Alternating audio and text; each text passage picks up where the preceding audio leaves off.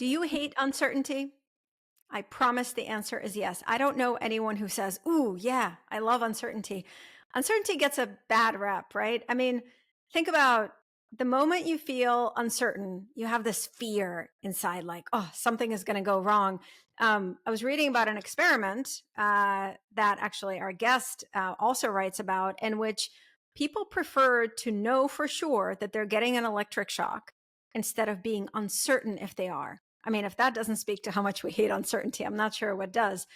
So, uncertainty is this bad, scary thing. But, and here's the but, what if it's not? What if you could learn not just to be more comfortable with uncertainty, but what if uncertainty actually has gifts for us? What if uncertainty can help us learn something? What if uncertainty holds possibilities that we haven't considered? Is there such a thing as productive or useful uncertainty? Well, the answer is yes. And my guest today is the one who introduced this concept to me, and which is why I was so excited when she agreed to come and join me for this conversation. I have been reading her book called Uncertain: The Wisdom and Wonder of Being Unsure. And she is quite convincing because my brain has already been buzzing with a lot of shifts just around how I approach uncertainty. So I am so thrilled to welcome Maggie Jackson to this conversation. She is an award-winning author and journalist with a global reach. This is her latest book, which is now in its third printing, and it was nominated for a National Book Award and has appeared on numerous Best of 2023 lists. Maggie also wrote a book called Distracted, which I had read, which was really about kind of creating a conversation around our fragmented attention, which is something I know I can relate to. She's a former longtime columnist for the Boston Globe, which I love because I'm in Boston, and has contributed to the New York Times and other major publications. And something I love that she has shared in her bio is that she lives in New York City and Rhode Island and seeks a daily dose of uncertainty by swimming in the sea almost every day. And with that, Maggie, welcome to Reinventability. Thank you. It's so terrific to be with you today. And I want to start by asking you about the swim in the sea. Do you mean you go swimming in the winter? Are you one of those cold swim people? Yes, exactly. During COVID, I moved from the city out to the shore of Rhode Island, and then the pools closed, and I'm a swimmer. So I just kept going the first, into the fall, into the winter. And I've just found so much joy, so much strength from it. And I realized that it was, it's more than the exercise. It's more than the sociability because you find others who are crazy enough to do this. But I realized that honestly, you can have the app that shows the wind and the surf and everything, and you can know the beach, but you really don't know what you're going to get during those, 30, 35 minutes in the sea. And particularly as the seasons change. And I realized that was at the root of why this was so exceptionally strengthening for me. Well, I haven't even thought about that, but what a fantastic way to start to talk about uncertainty. Um, I have a bunch of questions I want to ask you, but let's just dive in. So I mentioned in my introduction, I mean, and you know this in your own life, uncertainty, it's hard. It gets a bad rep, but here you just talked about not knowing as something that is strengthening. So I'd love for you to talk about that aspect of uncertainty, how not knowing is actually this beautiful state of being. Yeah, no, exactly. It seems so counterintuitive because both our innate, uh, you know, human tendency to need an answer. So let's start there. I mean, it's natural. That's actually a good thing that we need to resolve, whether the fruit in the tree is poisonous or delicious, or whether that person down the street is a friend or a foe.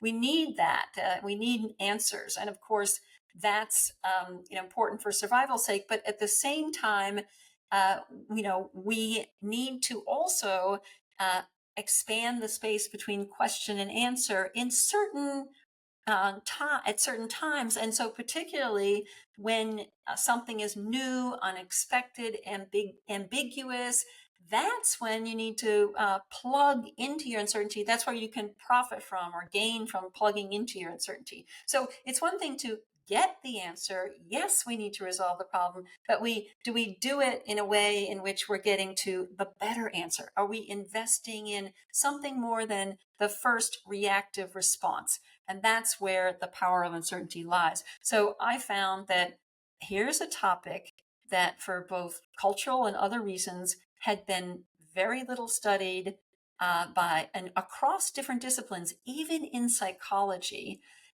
for many, many, many years. It was really shelved under the rug, again, because especially in the West, we live in an outcome oriented, answer oriented and speed directed, speed and technology driven society. And so even in psychology, they might put an experimental participant in an MRI scanner and then focus on what the answer was when they were doing a test of thinking in certain ways.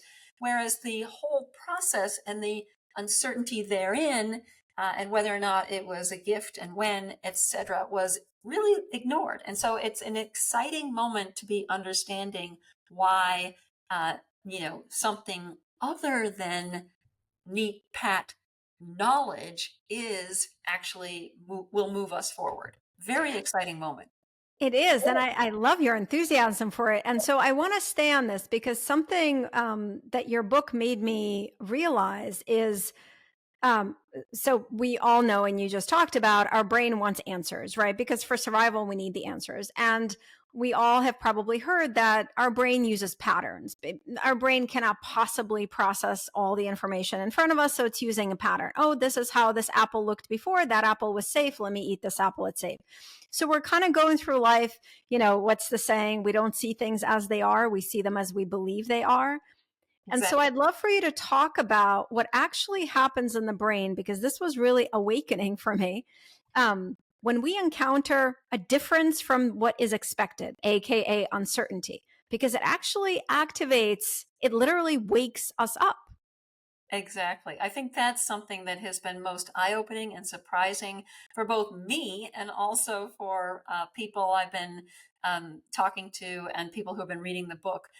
So I'll preface that with just a little definition so people get a bit of a structure on what kind of uncertainty we're talking about here.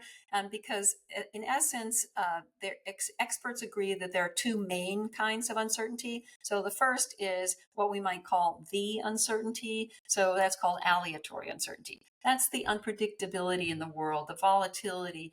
That's the sort of, question of, will the stock markets rise or fall next Tuesday? We don't really know, even if we have greatest mathematical models on earth. And so that's really the unknown. But then I'm mainly talking about what's called epistemic uncertainty, or the human response to the unknown.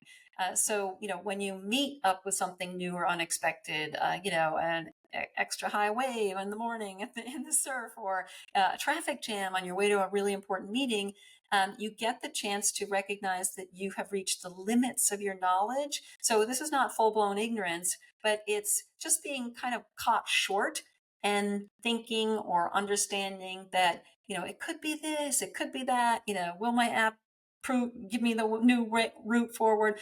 Will I make the meeting, etc.? So you're caught short, but there's and then there's a gap, as you're referencing, between what you know and what reality is telling you. And it's in that gap that uncertainty occurs, and that it is, it is actually a gift despite its discomfort. So just starting there now, as you mentioned, and as so many people tell me, if I ask people, what's the one word that comes to mind when I say uncertainty, invariably the first hand in the room that goes up, people say anxiety or angst, or at the very least unease. And that actually turns out to be a stress response, which is just fascinating. So when you encounter something new, well, it does make sense that these neurotransmitters and hormones kind of cascade through your body, wake you up, and so your heart might beat, etc. But what's new is that now scientists are beginning to understand what's happening in the brain, in this so-called state of arousal when you're uncertain. you're aroused, because and what follows is your brain becomes more receptive to new information.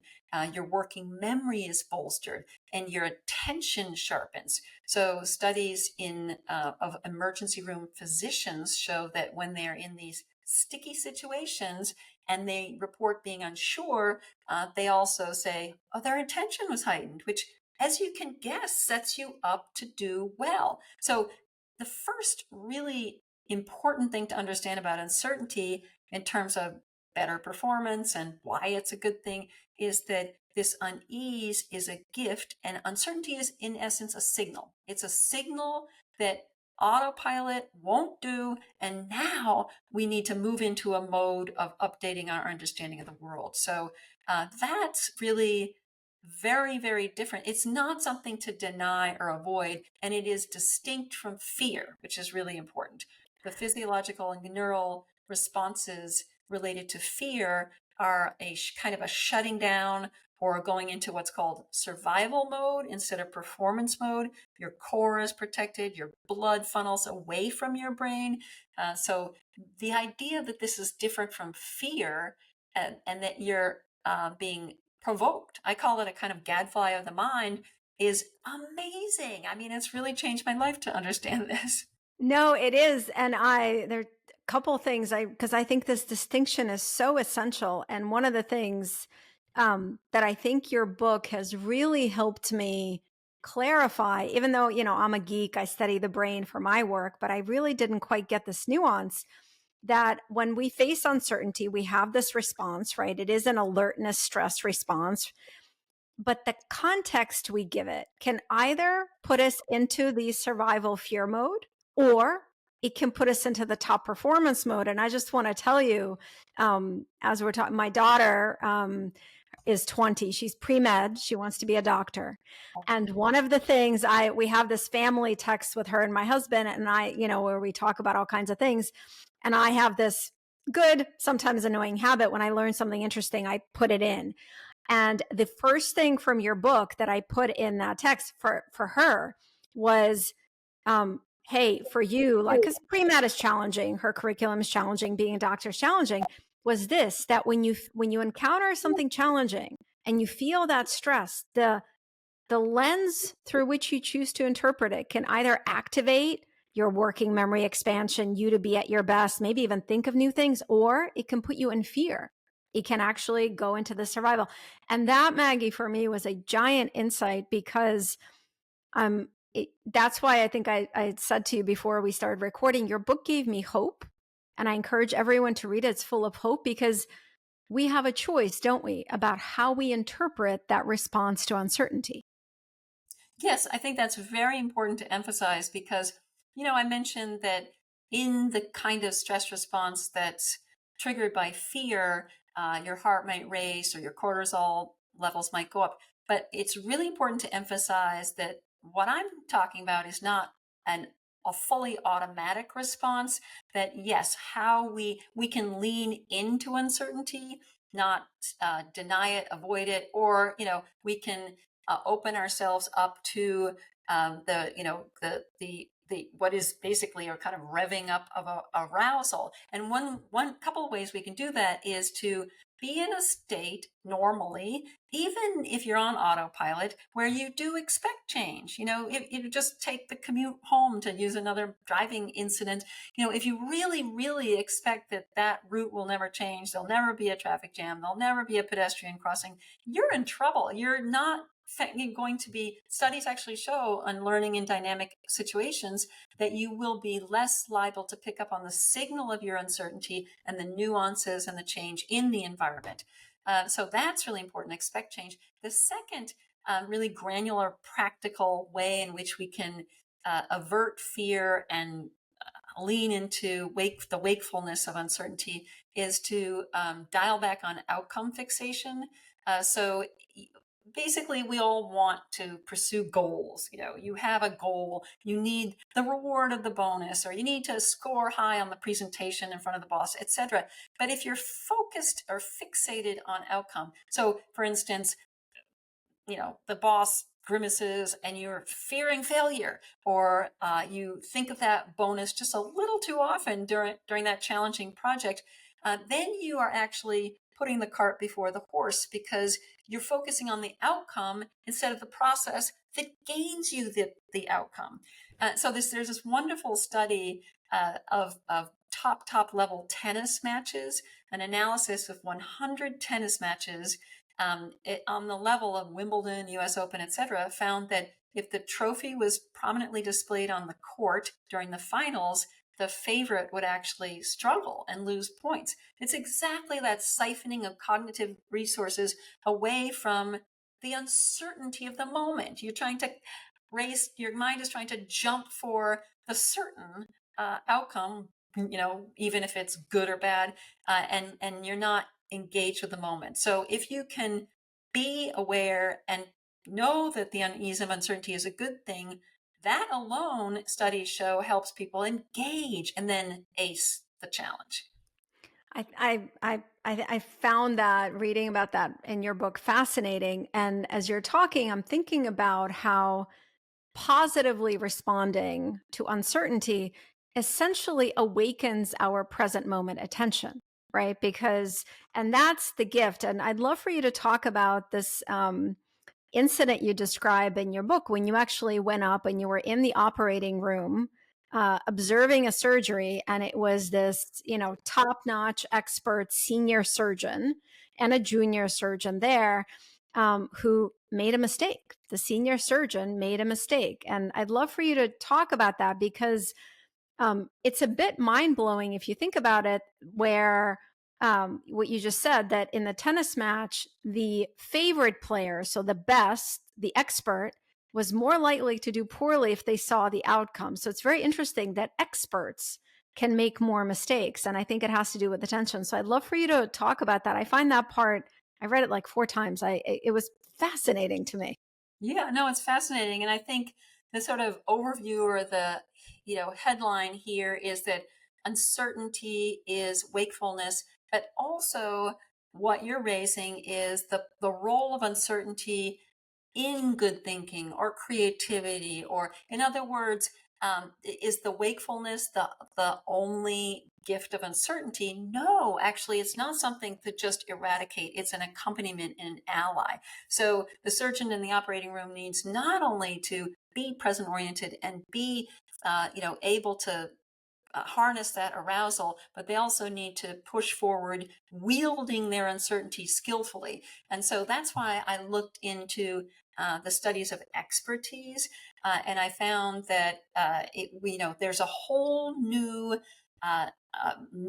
very recent sort of set of discoveries related to what expertise is, that are absolutely fascinating and kind of blow away what we think of the expert. That surgeon in the operating room, that I embedded myself in multiple operations in Canada, and I had a guide who was a physician, scientist, a surgeon in her own practice as well, who helped me kind of understand what was going on.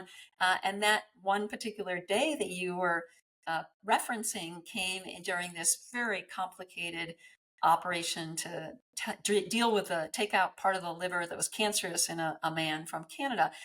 And the surgeon was exactly what we idealize in experts, whether it's in business or the military or wherever. He walked into the room knowing just what to do. He was efficient and speedy and barking orders, etc., until this major, problem seemed to happen and the operation came to a halt.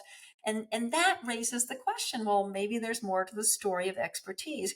And so to understand that, just to understand the new form of expertise that's called adaptive, I'll spend just a second or two, try to walking through how we gain expertise, because as we all might know, you need 10,000 hours or whatever, experience and practice, and you accrue basically mental models and heuristic shortcut kinds of thinking that allow you to have your knowledge and your experience become second nature. So that's when you can know just what to do, because in essence, the expert at that point is recognizing that this situation needs, that old solution that's worked in the past.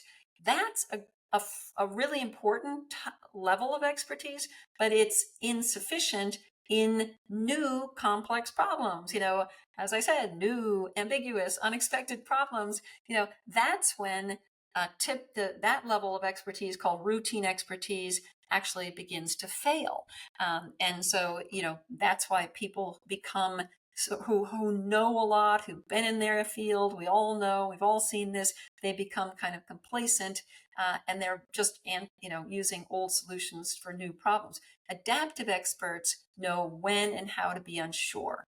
They, in essence, actually, in the first few minutes of ascertaining a complex new problem is the most important. And adaptive experts spend more time in the diagnostic minutes than even novices do, which is really important. And then they wade into the question, trying to consider multiple options. What's going on? What's happening here?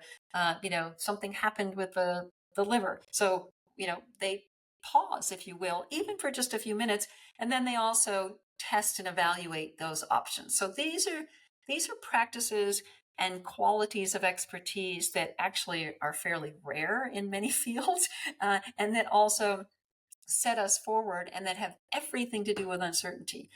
So I find that just fascinating, that the adaptive expert is the person who actually is able to use their uncertainty to gain, sort of a new, fresh answers, or calibrate their answers to the situation when things go wrong.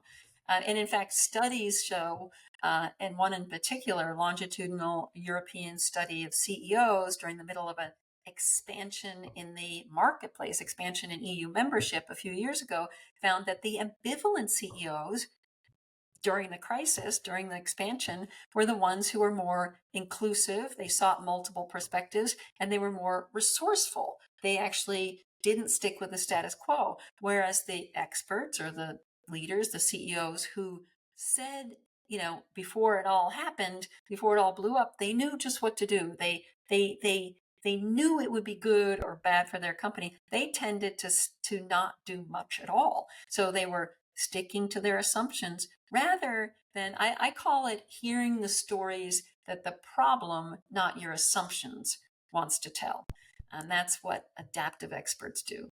I think that's so powerful, Maggie. As you're talking about, I'm thinking about, before what I do now, I spent 20 years as an executive in tech and finance companies. And I'm just like thinking back through those times where I always felt the expectation of me as the leader was to be certain and to show the path forward, right? And I was even recently reading a survey, and I think it's a few years old, that Gallup did, of they asked people to write down a few words that describe their best leader. And they didn't even say your current boss, just your best leader. And people wrote down trust, hope, stability, and compassion. So it's interesting. We do want that stability. And so I think leaders, we feel like we're expected, to always know the answer. And it turns out that the not knowing is the power. And I'm just thinking about how that requires a lot of humility, doesn't it? Yes, I think it really does require, it's an imperative. Humility is imperative, versus hubris.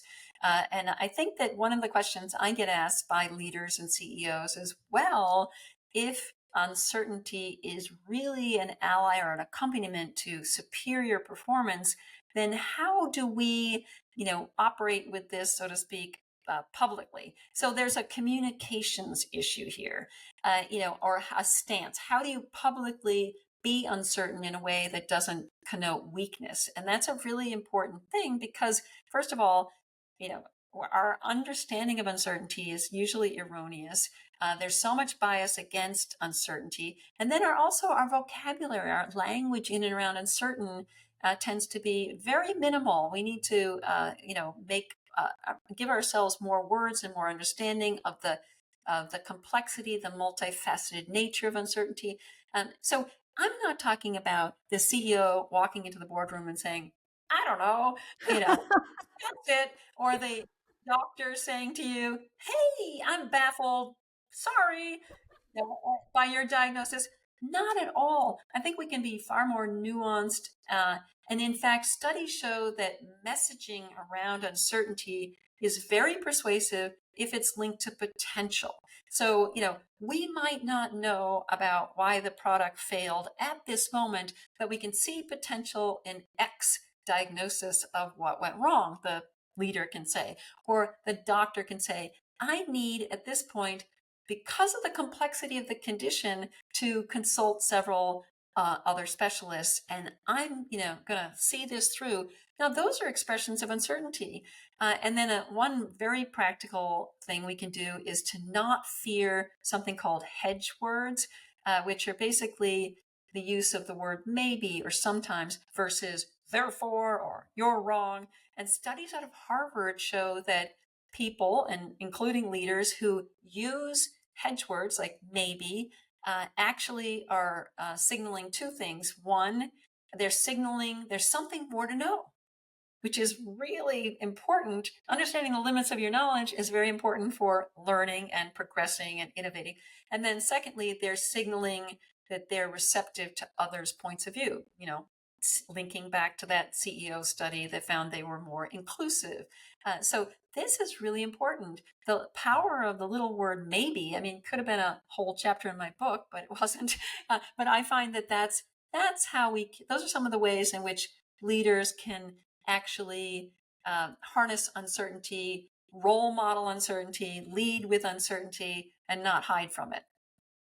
Well, I think, and I love the simplicity of it. And I also think, I always feel like, and I think there's science showing this, like we humans, we have a good BS sensor. Like we know when we're being sold something, right? We know when a leader is walking into a room and they're like, I am confident if we go in this direction, everything will be amazing. Like we know because there's just a depth of, well, we have the patterns in our life, right? And so I think to me, this also speaks to something that I often, I work with leaders a lot, get asked around is how to be authentic, right? And I think Mhm. they're tied because leaders feel, well, I need to, I know like, leaders say like, I know studies show it, I should be more authentic, but what does that mean? Like, do I tell them I don't have all the answers? Do I tell them? And again, I love your nuanced approach. I was an executive at a lot of startup companies. I founded 3 different companies, and that startup, that's the utmost. Like uncertainty is just what you breathe because you literally are building something that wasn't there. And it's challenging, right? Because I remember I would see my team and they're looking at me. Well, this is interesting, Maggie. You're making me think of it because I used to think they want the answer from me, but I don't think that's what they were looking for. I think they want a direction. I think they want me to be open with them. I think maybe they wanted the maybe. Yes, yes. And I find from hearing and talking to people who are beginning to harness uncertainty and learn the skills in and around uncertainty, everyone from clinical psychologists to leaders, what they report is that this is liberating for them. They don't have to hide behind a kind of false certainty. And then also that they are able to, it changes the idea of what an expert or a leader is. So instead of becoming that person who's utterly certain and sort of handing down pronouncements, they become more receptive to others' views. That's not threatening to listen to others. It's not threatening to have contradictions or disagreements in the room. And also they're able to be, as one clinical psychologist told me, a partner in care rather than the master of the universe that we have. And basically, it all boils down to we have put the sort of wrong idol on the altar of our understanding of expertise.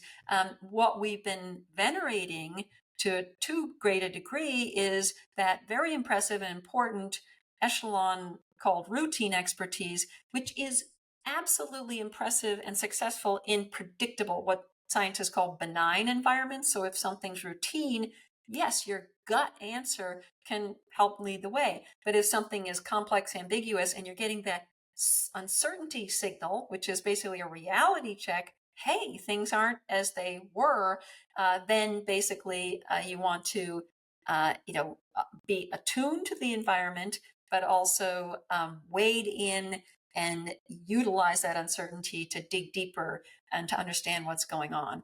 And that's really those uncertainty is a spur, and it's also a space of possibilities that we can both invest in and also again use skillfully. Skill is what it's all about. I love what you just said, that it is not just a spur, it is a space of possibilities. I think that is really powerful because I've been doing a lot of research and reading in the field of hopefulness, which is, as someone who studied positive psychology for a long time, I came to it quite late. And there's a lot of research that shows that having a vision for the future that you want, whether it's, I want to not be scared to cold plunge in a cold sea in the winter. I want to be like Maggie. I want to be able to just dive in. Or as a leader and as an executive, like having a real vision for the company and communicating that, having that positive vision of the future is very activating. It activates us to think about, oh, well, how can I contribute? What could we do?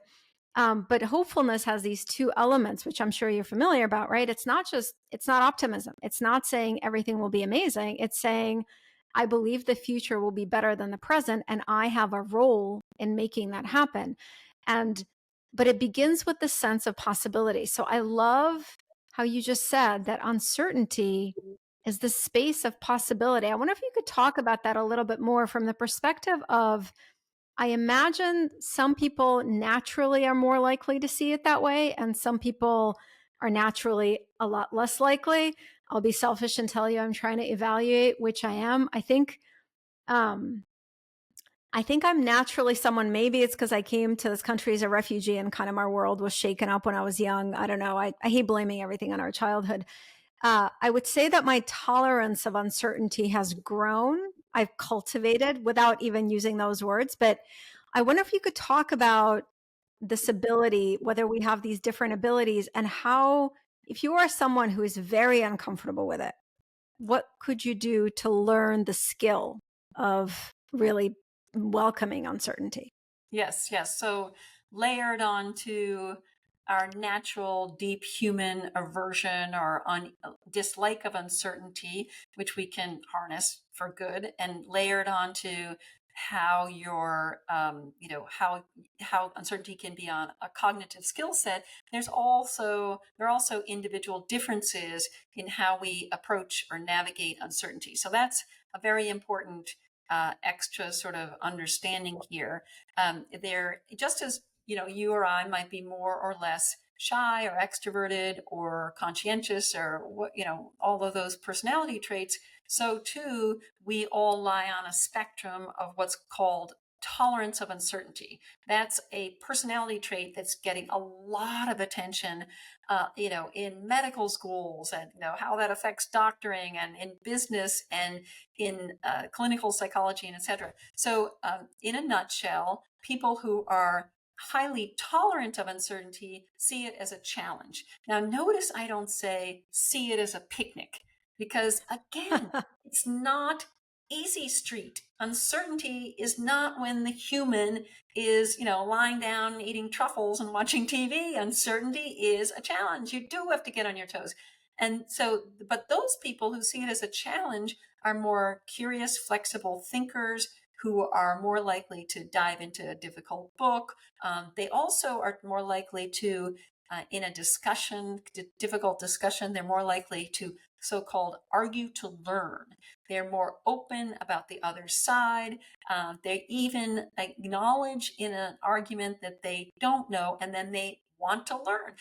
Versus the person who's intolerant of uncertainty, to a great degree, argues to win. They want to score points. They want to even demean the other side, and they are more of a rigid thinker, see things in black and white, and they dislike surprises. So, headline here is people who are intolerant of uncertainty see it as a threat. And from there, you can see why now many, many psychologists see tolerance of uncertainty or intolerance of uncertainty as a vulnerability factor for many mental disorders, especially anxiety, because anxiety is a fear of the unknown. If you treat the unknown as a threat, you're going to have difficulty in life. So what can we do? Well, the great news is that, this personality trait is mutable.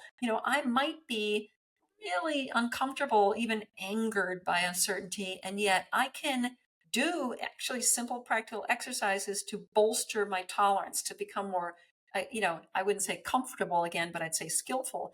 So psychologists are working with people, not just patients, but also just regular old, stressed high schoolers, for instance, and challenging them to do simple exercises to, in essence, bite off a little more of the unknown. So just as if we're afraid of a spider, we might, to sit next to the plastic spider and, XYZ, we keep on moving into, getting more and more able to navigate the, world of spiders. Same with the unknown. So you don't throw yourself at the deep end with your fear of uncertainty. You try delegating more at work, ceding a little control, or you try a new dish at a restaurant, which is sometimes pretty hard to do. Or high schoolers are being challenged to answer their cell phones without caller ID.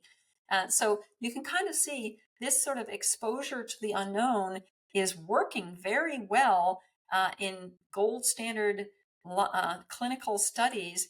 It's actually lowered anxiety and worry to levels of that match the normal population in highly anxious people, and it's being used in all sorts of different ways. So, and as well, it's not just that it helps people with the fear and the anxiety and the mental disorders, but it also bolsters resilience. This is something we can all do, and it's really great to kind of understand where we fit in, the realm of things. So, if another aspect of the mutability is that not only can we train ourselves and get better at it, but also it's situational. So just be aware that when you're really tired, maybe your pre-med student is exhausted, or you are a doctor and you're tired, or when you feel pressured to give an answer, very interesting, and other sort of, when people are feeling overwhelmed by information, that's another time when people actually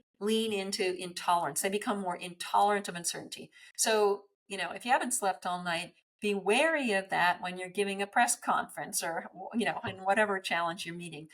That's really important. But I love the fact that this is very doable. And that links back to my daily swim. I think I've actually bolstered my tolerance for uncertainty in my writing, in my public presentations, in challenges that I meet at home, that kind of thing. No, and I mean, I share with you in my work, I say that I'm obsessed with making it into practice that someone can actually make part of their life. So I love that. And as you were talking, I was thinking, exposure therapy, right, is something used in psychology. In fact, let's just take your example of spiders.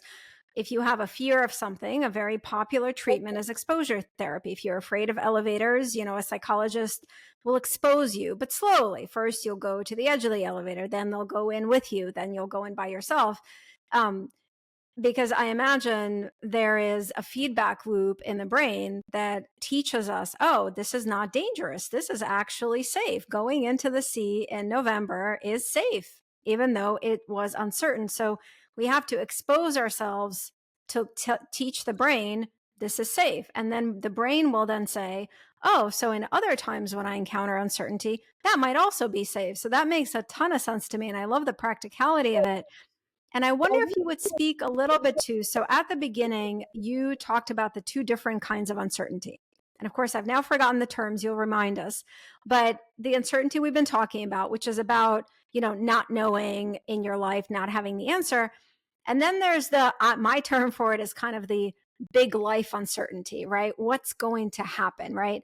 And so I wonder, because so many people that I work with, so many leaders, and I work with a lot of executives and also a lot of entrepreneurs, including myself, right? I run my own business. And just to be really open about it, sometimes the uncertainty, like, I don't know if my business will work. Like during the pandemic, I was really paralyzed by this for 6 months because my business I was on the road a lot. I keynote speak. I did workshops. We didn't have virtual back then. And when it all was erased by the pandemic, I was in this existential fear of uncertainty of what's going to happen. So I wonder if your research has brought you any insights about that, because I think that kind of uncertainty can also be quite paralyzing and make us really shut down and go into the survival mode, which then doesn't actually help us work through it. Yes, no, exactly. So I think what you're referencing is a sort of scale of uncertainties. Yes. And so just as we do not want to have indefinite uncertainty, nothing of what I'm talking about is remaining in limbo forever. We want the answers. It's how we get to them. It's opening up the space between question and answer when necessary. Just that similarly, we'd never want anyone to have uncertainty. We never work toward having uncertainty in measure, in terms of survival, or a roof over your head, something to eat. There are sort of what I call guardrails around the productivity or the benefit of uncertainty, the gifts of uncertainty. The question is, but still, we all have to. Well, at some point, we will probably deal with something like a cancer diagnosis or another pandemic or something really, really that shakes us to the core, a kind of form of uncertainty. And the question then is, how will we respond? And this, of course, is an urgent, timely question because so many studies are showing that there is rising precarity in job hours or in job insecurity, career insecurity. There's more unpredictability in geopolitics or in the weather and climate patterns. And so we're living in a milieu of heightened aleatory uncertainty, the unknown, rising unknowns. And the question is, how will we respond? And we can indeed respond skillfully. Again, that won't, it's not a picnic, but I think that's why it's all the more important in our day-to-day lives, from tiny little moments in the traffic jam to larger moments of career transition to gain skill and practice. And I think that the other thing I'd say is that well, again, these sorts of techniques and strategies and little things we can do each day spill over to equip us. And then finally, the other point is that it's not just a matter of getting comfortable, as I've said again and again. It's not just a matter of, gaining routine expertise in and around uncertainty. What's happening here, and you referenced this originally, we live in the norm by expecting that, our car will be in the same place when we wake up in the morning, or that we know how to make a cup of coffee. That's called predictive processing. And that's important. We need to live our lives assuming that, in my area of the world, I will not meet a grizzly bear, etc. That smooths the way for thinking of other things and for just, smoothly going through our days. At the same time, that meeting of the new and complex and ambiguous is actually, prediction error. Then we gain uncertainty, which is a reality check. So what's happening when we gain strength, we practice delegating more, etc., is not just conditional understanding that it's safe, although yes, you're so right, but at the same time, it's almost using the surprises of life to understand that there isn't any guaranteed answer in our unpredictable life. So for instance, the person who delegates more at work doesn't they break the expectation that delegating is a disaster. So they learn that that's not always the case, that uncertainty is not necessarily weakness.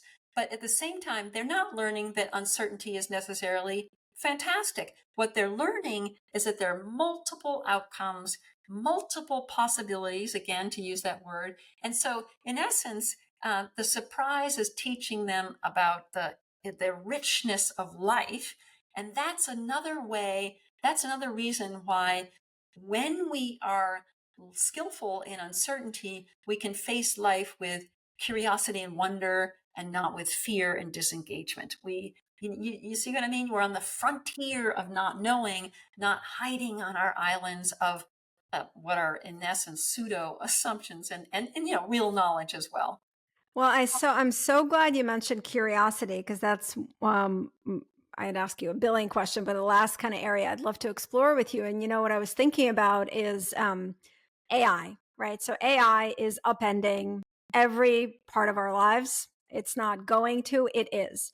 And just to bring my daughter back into this conversation, Mia is kind of part of all my podcast episodes and all my keynotes. It's just she knows. It's interesting because she's a science kid, but for whatever reason, she has sort of been very indifferent around AI for a long time and almost like to a rejection point. It's interesting. I find her generation commonly doing that, but that's for a separate discussion. And something that, without trying to be too annoying as a mom, as one does, what I have really been encouraging her is to say, look, every day there's 27 articles about how AI is going to eliminate all jobs and you're not going to have a job as a doctor and AI. So instead of that mindset of, okay, fatal and lack of agency and choice, I said, can you just get really curious about what you could do with AI? Mm-hmm. Can you play with it now just to see how you could play with it? Because as you progress on your pre-med education, becoming a doctor, you're not going to have a choice but to use AI. And if you have this mindset of, oh, well, interesting, let's try this. Can I get better at this? And that was a shift for her because it's not like, and to your point, I just love, she's like this case study of what you're teaching, what you're sharing. It's not like she's now in a place of, yes, I love AI. It's the best thing in the world. I am so, no, but she is in a place of, well, this is interesting, curiosity. And I think there's such power because to me, curiosity is the mindset of possibility. So instead of, freaking out that, oh my God, AI is going to take away my job, because then what? Like, if you believe that, I don't know, then we jump off buildings, I guess. Like, there's no possibility. If there's curiosity, there are possibilities. And I just wonder if you could talk a little bit about the role and the skill of curiosity when we face uncertainty. Yes, sure. And I think, yes, that's wonderful. I love what you taught your daughter. That's so perfect. But I think that, yes, curiosity is really fascinating because it has a very strong links to uncertainty, to, positive, productive uncertainty. So there are lots of different ways to be curious, but there's also a lot of research on the curious personality. And what's interesting is that no matter how you're curious or in what ways you're curious, most people who are highly curious have something called stress tolerance, which is just a shorthand for tolerating the stress of the unknown. So we often think of curiosity as sort of, again, like a picnic or something, a 6-year-old kind of trait, but it's actually awkward, to ask tough questions. It's actually really not all fun and games to poke your nose into uncomfortable subjects, just like with your daughter and AI or AI in general for any of us. And so the people who are highly curious tend to be able to tolerate the stress of the unknown. They know it's a challenge. And what's really fascinating is that people with that quality of stress tolerance within curious personalities, that's the quality that's most related to well-being. So when you can be curious, when you can tolerate the awkwardness or the challenge, that's when your well-being goes up. And why is that? Because basically curiosity is all about being open to both the negative and the positive in life. It's not, again, you're not just curious about what ice cream you're going to eat tonight, you're curious about AI. And if you can do that, then you're more open to, you're more playful, unconventional, all the wonderful things of uncertainty. But it bolsters your well-being. So there are just a lot of connections here between productive uncertainty and curiosity and well-being and resilience. As you can see, if you have, as one researcher told me, if you have difficulty with uncertainty, you have difficulty with life. There's a mic drop moment right there because it is so true because life is uncertainty. Maggie, as I said, there's so many questions I want to ask you, but every episode I have a listener question. And I want to ask you the listener question of today. And I was looking through many, because I get a lot of questions around this topic. And I think you'll have a really beautiful insight or useful insight. So the question is from a woman named Becky, and she's actually someone I had a chance to speak with. And I immediately thought, oh, I'm going to ask Maggie this question. And she is someone, she runs her own business. It's a nonprofit consultancy, and she's going through a big change in her life. The pandemic really altered the way her business is. She just ended a long time relationship. So she's in this place of significant change and uncertainty. And she said to me, I said, well, have you thought about how you want to move forward, for example, in your business? She said, Nataly, I have a whole plan. I have made a whole plan for what I want to do, but I haven't taken a step forward because I just feel so paralyzed by how it's all going to work out. She's like, so I have this like plan, but I feel paralyzed by that not knowing. And I wonder what insights you'd have, because I think that's a really, I've definitely heard that from many people before. It's the change is so significant, and the effort you perceive forward seems so significant that, and not knowing how it's going to work out almost prevents you from actually taking the step. Yes, no, it's true. It's really possible to be paralyzed. But I think the first thing to keep in mind for Becky and for all of us is to realize that, as we can maybe see from everything we've talked about today, it's the fear of the unknown that's holding her back, not the unknown. It's not the not knowing, and it's not the space of possibilities that is uncertainty. It's the fear of wading in and inhabiting the question, and etc., or mistaking the unease for fear. So that's a really important sort of mindset to gain right then and there. But the second thing I think that is most important is small steps.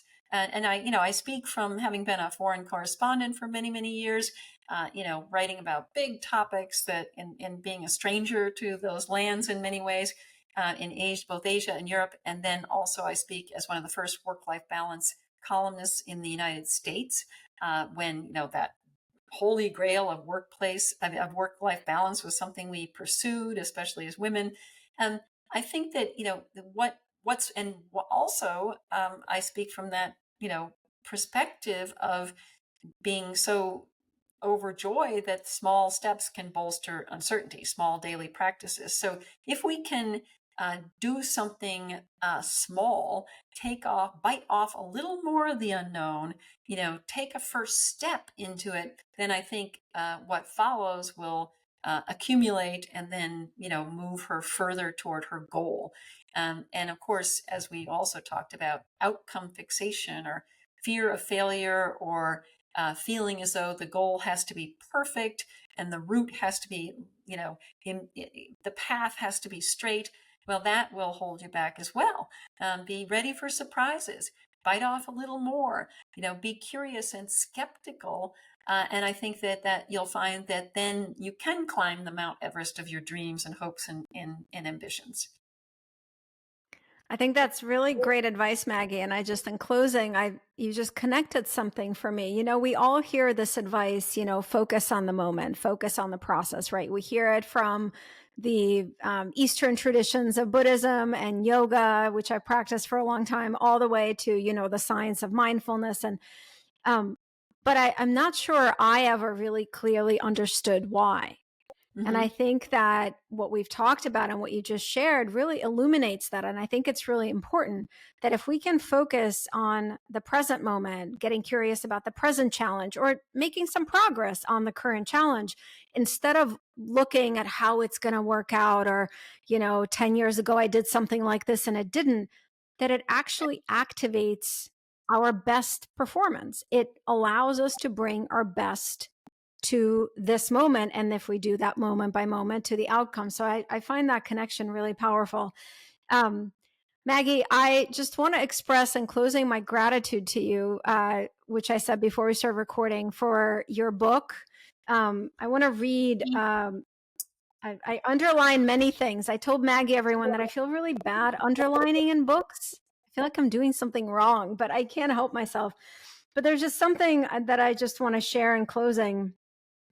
If we are willing, the disquieting surprise and uncertainty can provoke us to become alert and focused and to honor the occasion of not knowing.